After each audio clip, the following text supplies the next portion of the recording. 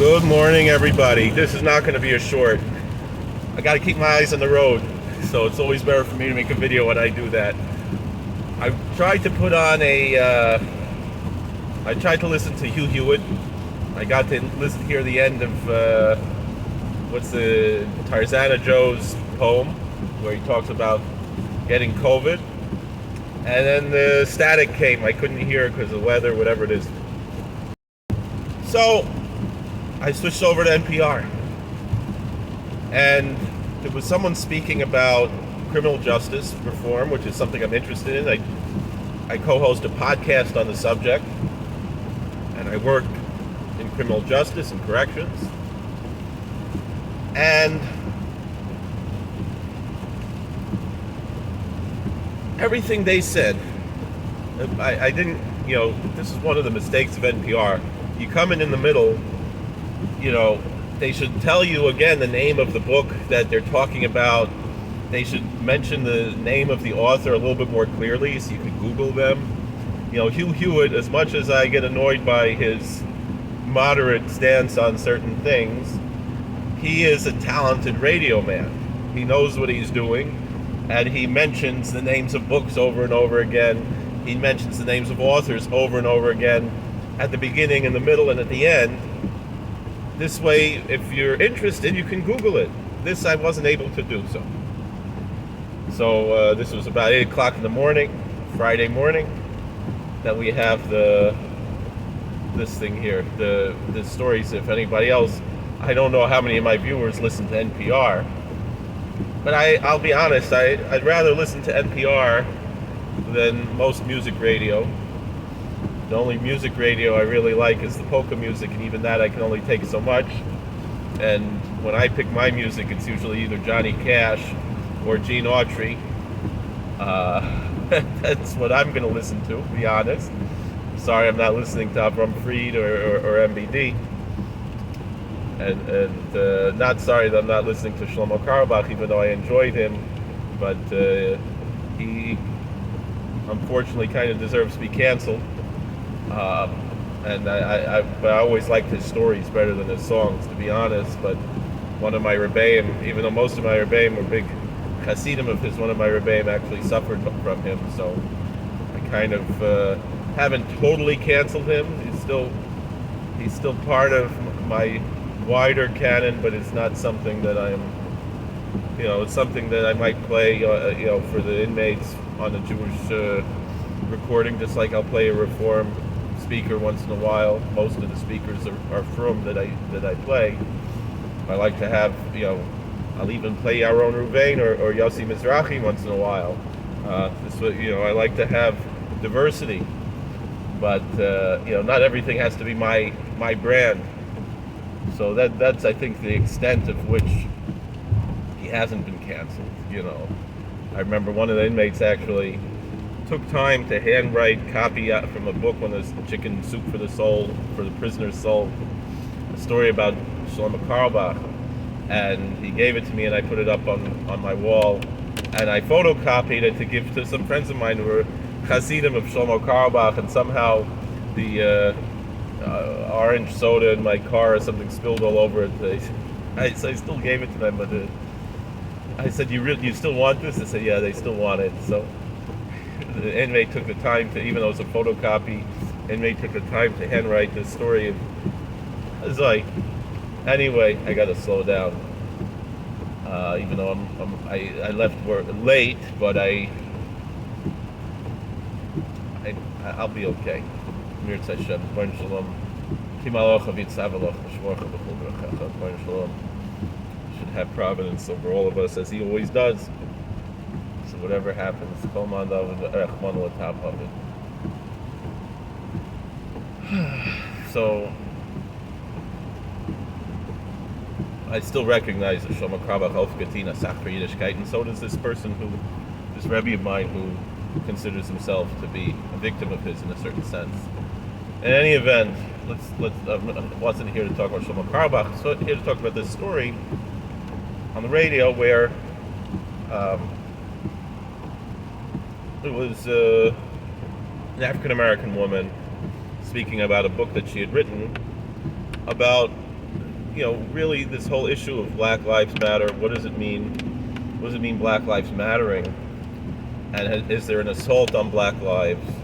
And she said, you just have to look at the numbers.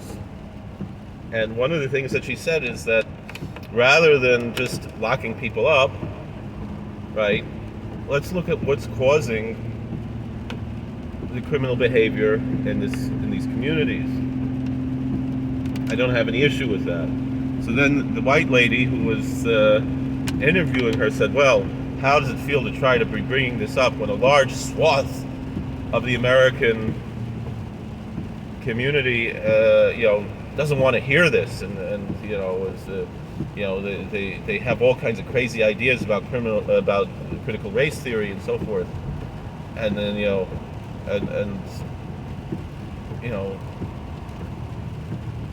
that's nobody that I know of has a problem with what this African American author is saying.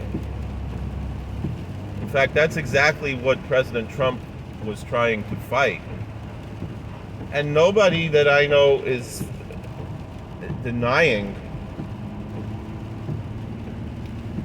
the truth, the facts of racism and institutionalized racism in America. However, and I know the left, they always like to say, oh, the party's flipped. That's their big lie. The party's flipped. The party's flipped. Which is ridiculous. Indeed, both parties changed, but they didn't flip. The Southern strategy doesn't mean, oh, we're going to become racist now to get the Southerners to vote for us. No. Southern strategy is, let's teach the South not to be racist anymore and embrace the party of Lincoln. That's what the Southern strategy, that's what, President Reagan was not a racist. President Reagan was the one who made Martin Luther King Day a national holiday. So don't give me this nonsense of the parties flipped. But more than that, the change was really very subtle. It was more in form than in substance between these two parties. And sometimes the substance really didn't change at all. Look at President Trump. He made opportunity zones. He was giving money to historically black colleges and universities. He recognized the truth of institutionalized racism that was perpetrated by the Democrat Party and sought to do real social justice and to really correct this. And President Trump said, he did more, and he's right, for the black community than any president since Lincoln. And then Biden just laughed at that at one of their oh yeah, okay, Abraham Lincoln. He laughed at that at one of their debates, but he didn't really give an answer. He didn't say anything to to debate this. He just laughed at it because he didn't really have an answer, and I reject this idea of reverse racism. I think racism is racism. And I think, the fact that Mr. Biden is saying that he was going to pick his running mate, and now he's going to pick his next Supreme Court pick out of a pool of only members of a certain race and sex, or maybe gender by their definition. It will be funny if, just like how he's going to pick a black woman, right, to be the VP, he picks an Indian Irish woman whose only, African ancestry were Jamaican slave owners. And that's what, she really doesn't represent the regular, African American experience in America any more than Barack Obama, who was not African American but half African and half American. He's American, because he's an American citizen, but I'm saying culturally, his ancestry was that half black, half American. He wasn't really raised by his father. He had a stepfather who was Muslim, and he was raised in that atmosphere, which I don't have a problem with that. When people, would accuse Barack Obama of being a Muslim, which he is not currently, and wasn't during his presidency. Maybe earlier in his life he was. I say, if only Barack Obama were a Muslim, then he would submit himself to Almighty God, which that's what Islam means, to submit to God. He is the most arrogant, self-aggrandizing person that has ever been in the White House. I said when he was running against Mitt Romney, who was a member of the LDS Church, and the LDS Church has a belief that what we are now God once was, and what God is now we will be. That's one of the ideas in the Mormon Church. So I said, all right, so you got one guy who thinks he's gonna be a god, and one guy who already thinks he is. That was what we were dealing with there. There's nothing Islamic, there's nothing submitting to God about Barack Obama at all. So, that was, even I think when he was running, they had him standing in front of, Greek pillars to kind of saying that he was someone like that archetype of a Greek god type of a character, or some kind of demigod at least, Hercules, something like that. But in any event, nobody who I know is denying the history of and the truth and the fact of institutionalized racism in America. If anything, we want to show who's really behind it, meaning the Democrats still are the arbiters of institutionalized racism. I mean, it was LBJ who was a huge racist, and he, as a Democrat, passed legislation that was voted on almost exclusively by Republicans. And when he signed it into law, he used the N-word and said some very racist, horrible things. So, it's not that he repented. He used a strategy that he felt was politically expedient for him.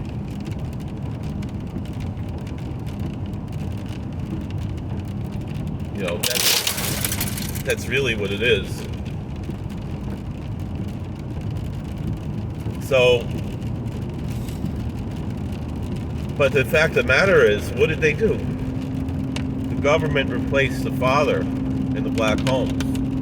And all of the criminal justice issues that we have right now are linked to the problems in the African American communities. And what President Trump was trying to do was trying to fix the actual problems and trying to uplift people who managed to get out of those problems. Doesn't mean they deny their culture, doesn't mean they deny, but recognize there's a problem and try to get out of it, try to fix it. That's what President Trump was all about. And that's why he had more young black men and black men in general vote for him than any Republican since Eisenhower. Because he knew, he really embraced the essence of the party of Lincoln, of emancipation. Whereas the Democrat ideology of welfare is really just a form of neo-slavery. It's, because the old slave-owning Democrats argued against the abolitionists by saying, you're going to leave these poor people indefenseless. You're going, they can't work for themselves. So we have to take responsibility for their women and children just in return for free labor, and owning them. That's how if you look at the arguments that the pro-slavery Democrats had, they're really eerily similar to the arguments for the welfare state that we have today. Not welfare as a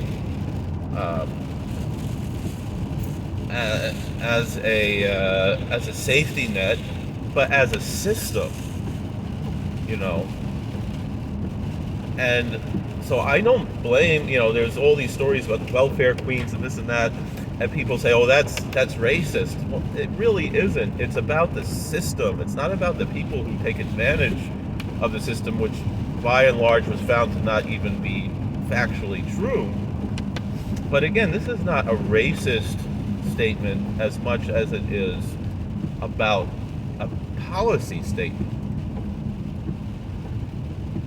Again, even if it's not exactly historically accurate, and I don't think it's right to use inaccurate information for these types of things, but nonetheless, that's something that sometimes happens in the world. Now, in talking about this,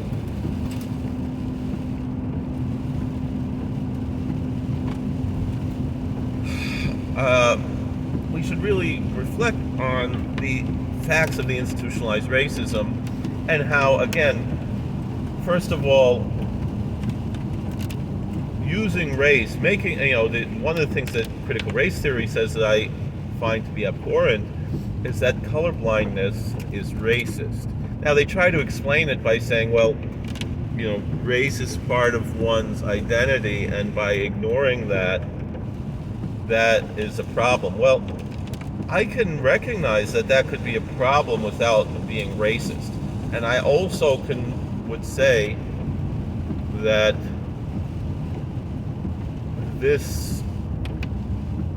calling this anti-racist is just nonsense. Yes, I can even recognize, as much as I disagree with the ideology of Malcolm X before his Hodge and Louis Farrakhan, I can see some merits in what they say in the microcosm, meaning within the community that works just like a lot of these things work within some of the Jewish communities. But there's a reason why there's such a thing as federalism. And to extrapolate these ideas on a macrocosm level, that doesn't work. And I think that's the big mistake of CRT, which embraces really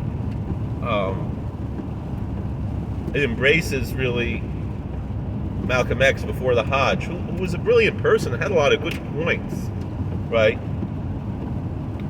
But that cannot work on the macrocosm level. That can only work on the microcosm level. And he had a lot of bad points too. But I'm just saying, what he said was thought-provoking. But that just cannot work. That can work on a microcosm level. That can work on a village level. That could work on a town level, perhaps, if you have a homogeneous village or town. Just happens to be so. It could work, but it cannot work on a national level in the sense of the United States being a country that has federalism. And I think federalism is a brilliant structure. There's a reason why in the founding,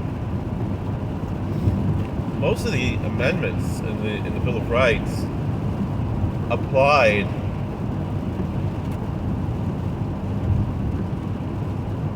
in the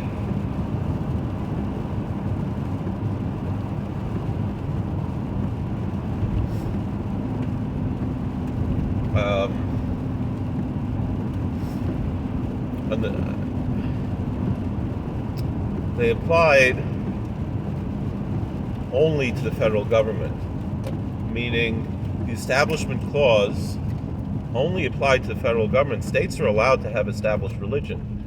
Local governments were allowed to have established religion. Now, the Supreme Court decided, because of a case brought by the KKK, by Democrat KKK, and that time the KKK was certainly only Democrats, and really KKK never became Republicans. They became independents who still embrace ideology of the Democrat Party, but embrace it in the sense of the white supremacist sense instead of the generally racist sense. Meaning that's the difference. The Republican Party has no racism in it because the ideology of the Republican Party is that skin color doesn't matter any more than eye color or hair color. That's really the ideology of the Republican Party. And the Democrats, they transitioned from a white supremacist form of racism to a general form of racism, where still these identity politics issues are the primary issues. Why? It's very simple. Because the Republican Party, a republic means a place where you don't have a king, right? That's why Canada is not a republic, because the Queen of England is the monarch of Canada, right? Even though they have their own prime minister, they have their own government, but the Queen is still the monarch. So Canada is not a republic. It's rather, a democratic country that's under monarchy, the same, under the dominion of, it's a dominion, really, and the same thing, Australia. The Queen of England remains the Queen of Australia.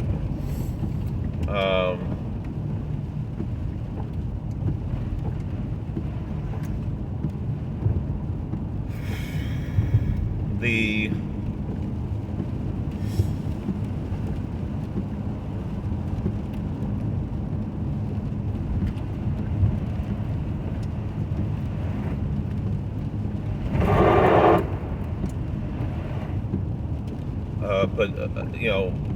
the communist countries called themselves, people's republics, even though they weren't. But in the sense that they didn't have a king. But the thing is, an oligarchy is also not a republic. And the communist countries were oligarchies. And the big fight is the United States a democracy or a republic, right? And really, it's a republic with democratic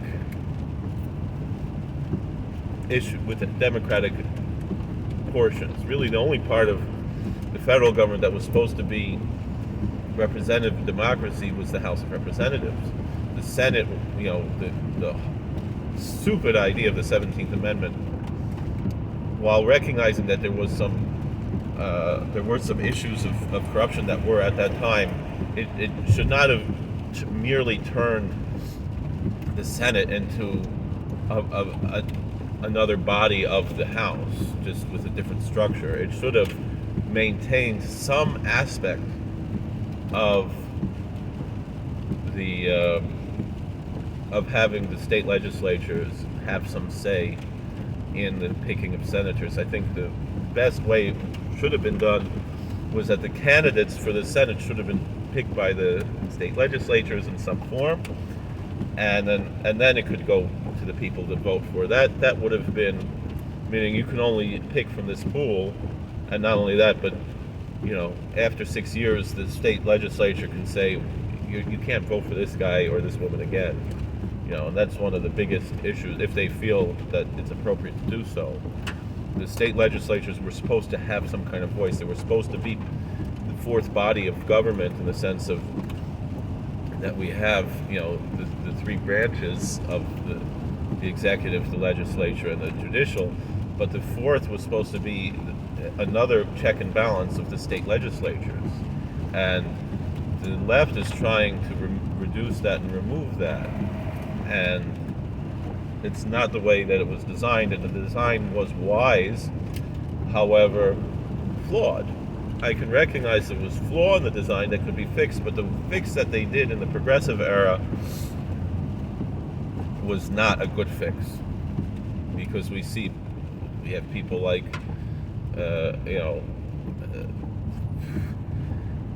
Schumer and Pelosi. Pelosi's in the House. We have people like Schumer and Warren, all these, and a communist. Sanders. These types of people in the Senate. The state legislature should have put a stop to that. Anyway.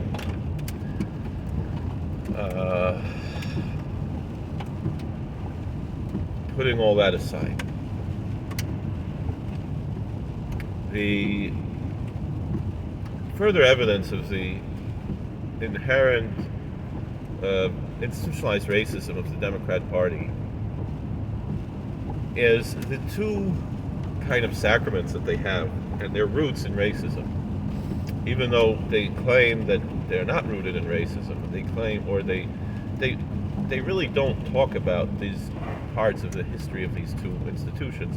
And I can understand that there are reasons that are legitimate to support these ideas, but they take them too far. Oh, where did all my cards go? So anyway,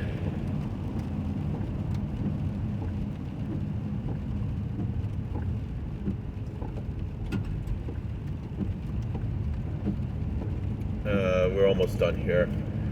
Abortion and gun control. Both of them are rooted in racism. We've talked about before. Abortion is rooted in eugenics, and there's a reason why to this day more black babies are killed than white babies. It's really a genocide against the black race done by the Democrat Party, and it's pushed. It's not as much of a matter of choice. It's something that's very much pushed in these communities. And then the other thing is